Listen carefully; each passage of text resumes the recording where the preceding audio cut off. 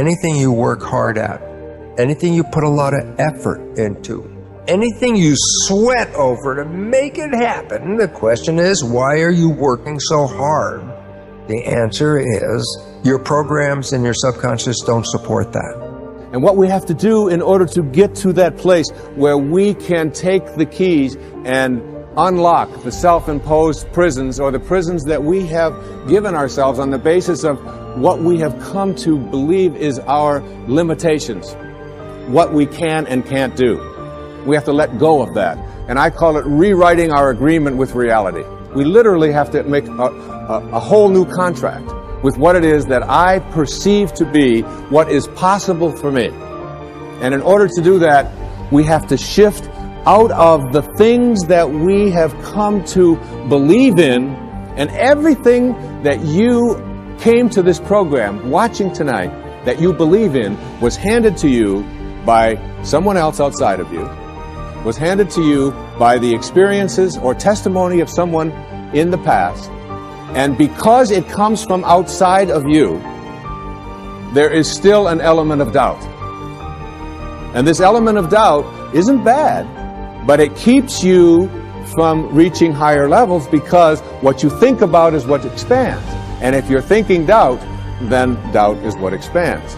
If you think that your thoughts have something to do with your future, just from a theoretical standpoint, that your thoughts create your destiny, and you think 60 to 70,000 thoughts in one day, and 90% of those thoughts are the same thoughts as the day before, well, then your life isn't going to change very much as long as you're thinking the same way.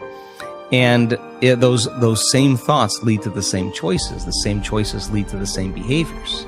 The same behaviors create the exact same experiences, and we anticipate the same feelings or emotions from those experiences, and those emotions are the payoff that drive our very same thoughts. Well, our biology, our neurocircuitry, our neurochemistry, our hormones, and even our gene expression will be equal to how we think, how we act, and how we feel.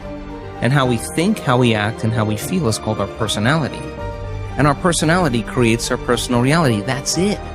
So the present personality who's listening to this show has created the present personal reality called their life. So if you can latch on to this idea, if you want to create a new life, a new personal reality, you got to change your personality, which means you better start thinking about what you've been thinking about and changing it. The question to you is, what do you expect of yourself? Do you expect to be able to perform miracles, to attract into your life the kind of prosperity that you are entitled to? Do you expect that you can manifest the kind of relationships that you would like? In order to be able to have these kinds of expectations for yourself, you have to make a dramatic change, a dramatic shift. You must change what's possible for you. Success is only when you are able to use yourself to your full potential.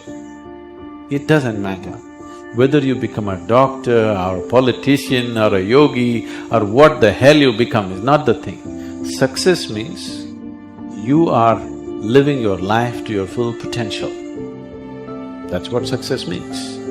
If that has to happen, you need perception and an active intelligence. How do I grow my intelligence? Don't worry about that.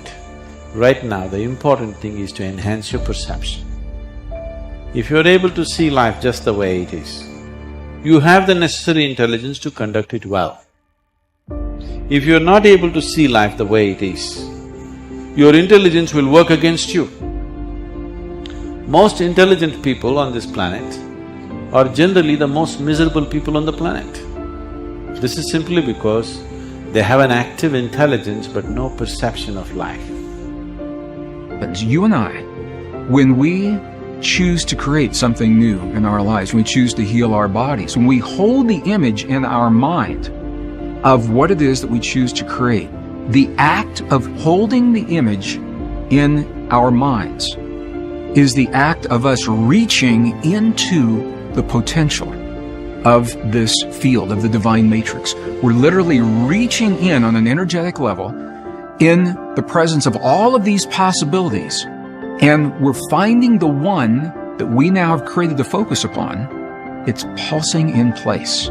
That is the secret to creating in the divine matrix. That's the secret to reaching in to the potential, grabbing that potential in your life and isolating that potential and making it into something that is real.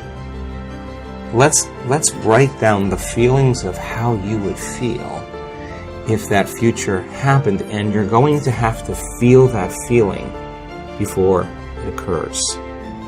So now, okay, what does an abundant person feel? Pretty much free, in love with life, grateful to be alive, abundant. Okay, now, let's practice. The moment you feel gratitude, your healing begins. The moment you feel worthy and abundant, you're generating wealth. The moment you're empowered, you are moving towards your success. The moment you're in love with yourself and you're in love with life, you'll create an equal. The moment you are in awe of life, you're going to have a mystical experience. And so that's causing an effect, right? Our routine, known thoughts and feelings perpetuate the same state of being, which creates the same behaviors and creates the same reality.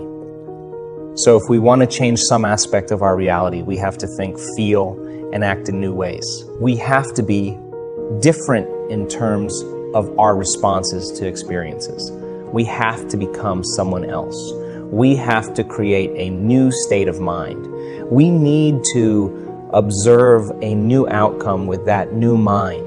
From a quantum standpoint, we have to create a different state of being as an observer and generate a new electromagnetic signature. When we do, we will match a potential reality in the field that exists only as an electromagnetic potential. Once that match exists between who we are being, what we are broadcasting, and the electromagnetic potential in the field, we will be pulled toward that potential reality, or it will find us. I know that it's frustrating when life seems to produce an endless succession of minor variations on the same negative outcomes. But as long as you stay the same person, as long as your electromagnetic signature remains the same, you can't expect a new outcome. To change your life is to change your energy, to make an elemental change in your mind and emotions. If you want a new outcome, you will have to break the habit of being yourself and reinvent a new self. What do your state of being and a laser have in common? A laser is an example of a very coherent signal. When physicists talk about a coherent signal, they are referring to a signal made up of waves that are in phase. Their troughs, low points, and crests, high points, are parallel. When those waves are coherent, they are much more powerful. Waves in a signal are either aligned or unaligned, coherent or incoherent. The same goes for your thoughts and feelings. How many times have you tried to create something, thinking in your mind that the end result was possible, but feeling in your heart that it wasn't? What was the result of that incoherent signal that you were sending? Why is it that nothing manifested?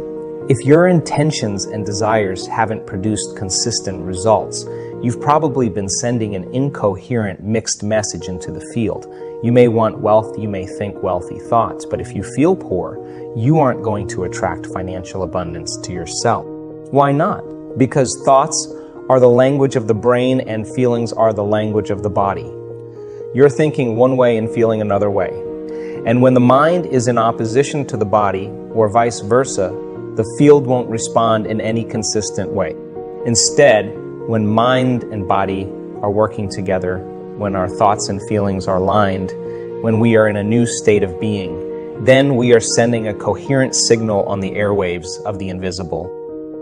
Now let's fill in another piece of the puzzle. To change our reality, those outcomes that we attract to ourselves have to surprise, even astonish us in the way in which they come about. We should never be able to predict how our new creations will manifest. They must catch us off guard.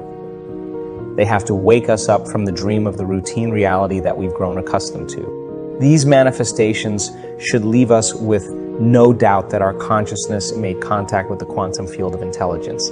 So we are inspired to do this again. That is the joy of the creative process, why should you want a quantum surprise? If you can predict an event, it is nothing new. It's routine, automatic, and you have experienced it many times before. If you can predict it, the same you produce the same familiar outcome. In fact, if you're trying to control how an outcome will occur, you just went Newtonian classical. Physics was about trying to anticipate and predict events. It was all about cause and effect. What does going Newtonian mean when applied to your ability to create? It's when the external environment is controlling your internal environment, thinking, feeling. That's cause and effect. Instead, change your internal environment, the way you think and feel, and then see how the external environment is altered by your efforts. Strive to create an unknown, new future experience. Then when an unforeseen event occurs in your favor, you will be pleasantly surprised. You just became a quantum creator. You just went from cause and effect to causing an effect. Hold a clear intention of what you want, but leave the how details to the unpredictable quantum field. Let it orchestrate an event in your life in a way that is just right for you. If you're going to expect anything, expect the unexpected. Surrender, trust, and let go of how a desired event will unfold. This is the biggest hurdle for most to overcome, because we human beings always want to control a future reality by trying to recreate how it occurred in a past reality.